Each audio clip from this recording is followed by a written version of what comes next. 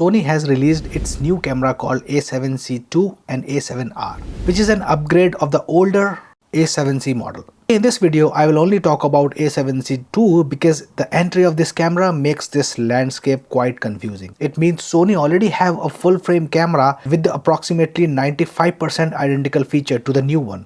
That is Sony A7 Mark IV. Not only this, but if you look at its price, you will realize that there is another full frame camera in the market which can make this camera and many other heavyweight Sony cameras run for their money. And I'm talking about Panasonic S5 Mark II. In today's video, I will compare some key features of all these three cameras which might help you in making your decision in case you are planning to invest in this camera. We'll start with common but important camera features and we'll move forward towards the photocentric and videocentric features. So let's start with the common features. If we talk about the camera sensor, all three cameras have full frame sensor. While the Sony A7C II and Sony A7 Mark IV comes with a 33 megapixel still resolution, Panasonic S5 Mark II has 24 megapixel still resolution. In terms of autofocusing point, Sony A7C II and A7 Mark IV both have 759 AF points. Panasonic S5 II on the other hand has 779 autofocusing points. More focusing points mean better and accurate AF subject tracking across the screen. In today's time, AF performance is the most important thing in any camera, and that is why Sony's camera gained their popularity. In terms of AF performance, now all three cameras are almost equal, as Panasonic has now upgraded their older contrast detection AF system to the new face detection AF system, which is also being used in cameras like Sony and Canon. You get contrast detection, face detection, subject tracking, face tracking, as well as touch tracking capability in all three cameras. Most of the consumer grade cameras are made of polycarbonate material, which is not that durable, especially if you compare it to the magnesium alloy. Here the good news is all three cameras are made of magnesium alloy.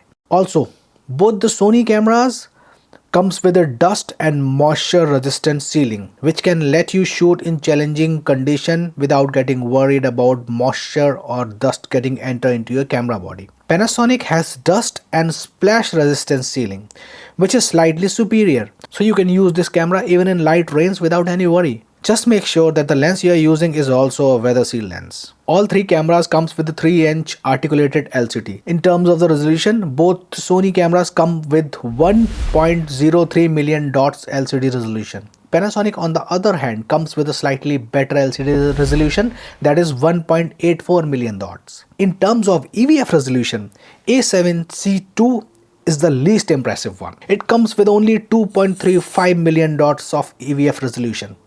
Other two cameras, Sony A7IV and Panasonic S5 II, comes with a 3.68 million dots of resolution. Sony A7C II is the latest camera in Sony lineups. It comes with a new AI chip that is not even present in Sony A7 Mark IV. Due to this, the IBIS performance of this camera has been improved drastically, which can now provide up to 7 stops of stabilization as compared to 5.5 stops in Sony A7 Mark IV. In Panasonic S5 Mark II, we get 6.5 stops of stabilization. All three cameras comes with a USB power delivery option. Panasonic S5 II provide a better PD functionality. Since it comes with a USB-C Gen 2, it can run the camera and charge the battery at the same time with external power brick. In the Sony cameras, PD feature can only run the camera.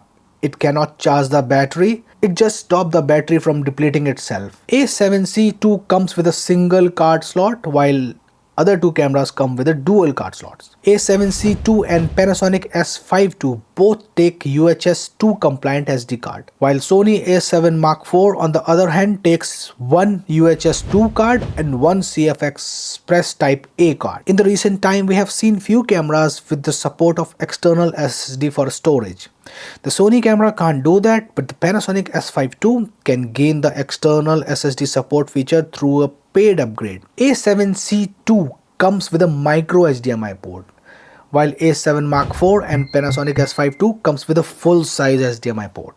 All three cameras comes with a built-in live stream support.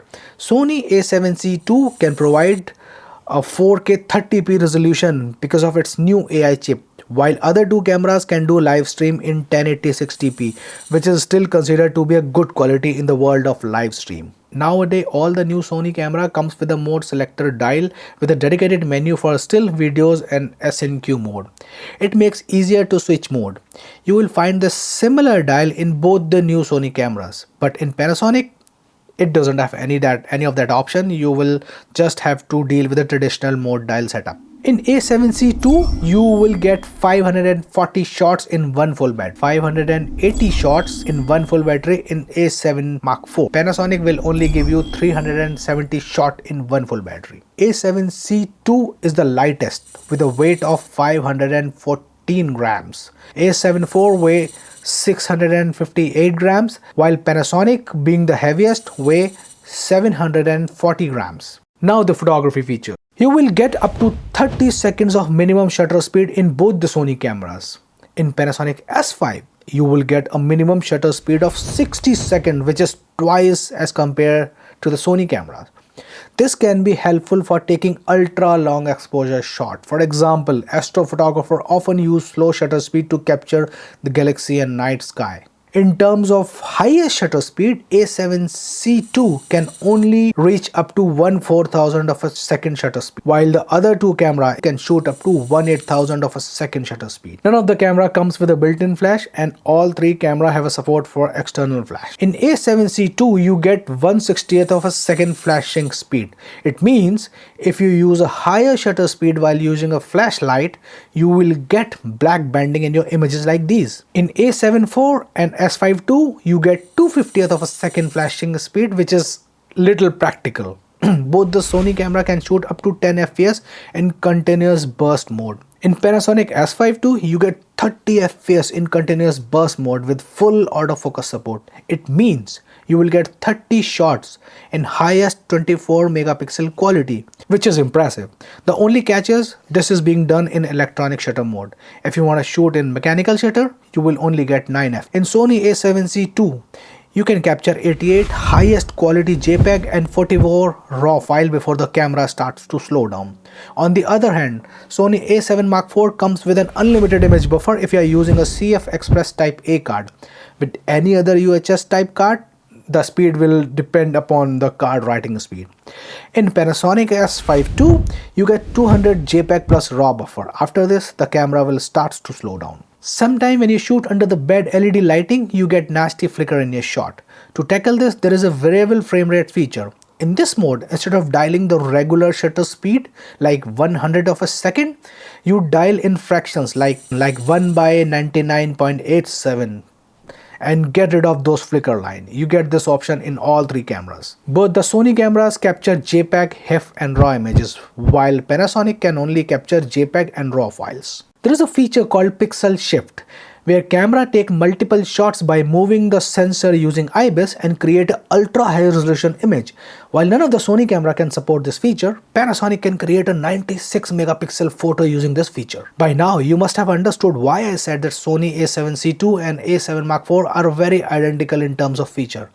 Now let's move to the video feature, and you will understand why I said that Panasonic S5 II can give real tough time to a lot of Sony cameras. Let's start with the video resolution. Both the Sony cameras can record a maximum of 4K resolution. On the other hand, Panasonic S5 II can record a 6K resolution uncropped. All three cameras can shoot up to 4K 60 but in APS-C crop mode. Sony A7C II and Sony A7 Mark IV both comes with the all-intra and long op video option, while Panasonic S5 II by default comes with a long op, but you can also get the all-intra option by unpaid upgrade. The max video bitrate for all three cameras are as follows. In Sony A7C II and A7 Mark IV, in XAVCS HS mode, you get up to 200 megabits per second. In XAVCS SI mode, you get up to 600 megabits per second. In XAVCS S mode, you get up to 200 megabits per second. In Panasonic S5 Mark II, since there is no all-intra, you get the following bitrate. If you record in H.265 codec, you get up to 200 megabits per second. If you record in H.264 codec, you get up to 150 megabits per second. ProRes and RAW are considered to be the most professional video format in the industry. If you shoot any big budget commercial or a film, chances are they will prefer one of these codecs. While none of the Sony camera here can record in ProRes or RAW, Panasonic S5 Mark II with a paid upgrade can unlock the feature to record your videos in RAW as well as ProRes format. All the cameras here can capture 10-bit 422 colors, so you will get a great color across all the camera. In terms of professional assist tool, while in Sony cameras you get only Zebra and Focus Map, although I would not count Focus Map as a professional category tool since they are only available in handful of Sony Alpha cameras. So only Zebra and Focus Peaking are the two tools available in Sony camera. While in the Panasonic, you get all kind of professional tools. For example, Zebra setting, false color through preview LUT, waveform, vector scope, live LUT, as well as focus peaking. In the industry, majority of professional camera use shutter angle instead of shutter speed. You will not get this feature in any of the Sony camera, but in Panasonic S5 Mark II, you get the shutter angle option too. When it comes to custom LUT, Sony A7C II have an option to upload your own custom LUT which can be utilized for preview your clip. I don't think Sony A7 Mark IV has any option to upload a custom LUT. If it does, please let me know by commenting below. On the other hand, Panasonic get the most elaborated custom LUT option. You can upload up to 10 custom LUTs of your choice in .cube format. You can also not only use this LUT to preview your clip, but you can also get the option to bake them into your footage in case you don't want to color grade the clip in the post. All three cameras have built-in gyro sensor. You must have noticed that most of the blockbuster films have a very distinct look. This particular cinematic look is achieved by using an anamorphic lens. Using these lenses is extremely complicated, especially on the cameras that do not support the anamorphic lens because of the frame de-squeezing factor. None of the Sony cameras support anamorphic lenses, while Panasonic have a built-in dedicated anamorphic mode. Panasonic also provide open gate shooting option, which is not there in Sony cameras. This mode is slowly gaining its popularity because of the flexibility to shoot the content in 4:3 mode, which later can easily be converted for a variety of delivery formats, including 16:9, 9:16 and 1:1. Now let's talk about the extreme slow motion resolution, quality and color option in these cameras. Both the Sony camera can record up to 120p in 1080 resolution. The maximum video bit depth for these clips are 100 megabits in Sony camera. However, in terms of colors, they can only be recorded in 8-bit 420. Although there is a workaround that can get you 10-bit 422 in A7 Mark IV, but the video quality will still remain 100 megabits per second. Panasonic on the other hand can record Full HD in 120p like Sony cameras. However, it records in 150 megabit, which is an improved quality as compared to Sony camera. It also captures everything in 10-bit 422. All three cameras can record HLG profile. Both the Sony cameras can also capture S-Log3 and S-Cinetone, while Panasonic S2 can record in Vlog as well as Cinelike. All three cameras come with external mic input as well as audio monitoring option to monitor the audio while you are recording. Sony recently started putting focus breathing composition feature in its camera. When we rack focus from far to near, it makes changes to the frame. Sony cameras with the help of this feature can stop the frame alteration. This feature is present in both the Sony camera. While there is no such feature available in Panasonic, however, L series lenses are designed in such a way that there is almost zero focus breathing in them. And I guess that is the reason why Panasonic never needed this feature. All three cameras have proxy recording and all three cameras have timecode option. Now let's talk about the recording option in SD cards. Since A7C II have single card slot, we don't get any additional option. But in A7 Mark IV and S5 II, both have dual card slot and they come with a multiple recording option. One of them is simultaneous recording. In this mode, camera will record the data in both the card together. This option is helpful to create backup just in case if one of the card fails, you will still have the data safe in other card. Next option is auto switch. When one card get filled, camera automatically start recording in another card. Here you can copy the data from card A to card B. Panasonic S5 II has an additional option called relay recording. In this mode, you can swap the card from the camera without stopping the recording. This is a very useful feature, especially in the long recording projects like interviews and documentary. Both the Sony camera comes with a passive heatsink which helps the camera keep cool. Also, there is an additional setting which can prevent the camera getting shut during the high temperature. Panasonic S5 II comes with a built-in fan which helps it keeping the camera cool during the long shoot, in the camera with a fan always perform better. Now the confusion starts when you compare their prices. Sony A7C II will be launched in US for approximately $2,200. Now if you look at the price of A7 Mark IV, it's just $2,500. Only 300 extra. I feel it's really worth spending extra 300, as with the A7 IV you are not only getting better ergonomics and extra custom buttons, but also a peace of mind since this camera comes with a dual card slot. You can always use another card to back up your work. That's all good so far. But now if you look at the price of Panasonic S5, you will go crazy, cause this camera is cheapest among all three, retailing just under $2,000. Camera with so many pro grade features like 96 megapixel super resolution, 6K open gate video recording, professional assist tool, shutter angle support, better quality LCD and EVF.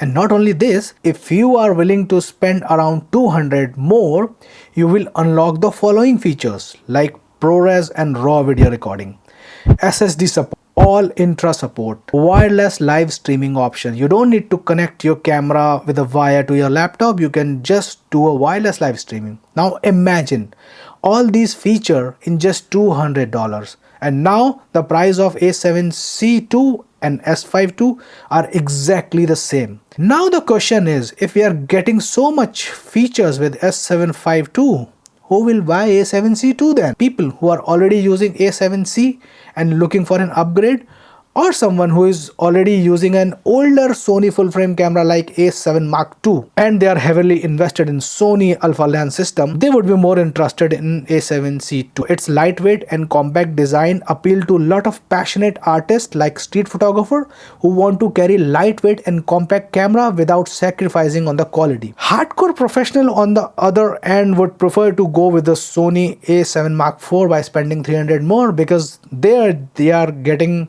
lots of useful and practical feature. For example, shutter speed of 1/8000 of a second. For everyone else, Panasonic S5 II is a killer hybrid camera which can even blow cameras like Sony A7S III out of water with its professional feature and reliability. That's it for today's video, guys. If you have any question or any doubt, please comment below and I would love to reply to your comments. If you like this video, please hit the like button and subscribe to my channel. I'll see you soon with my next video. Bye bye.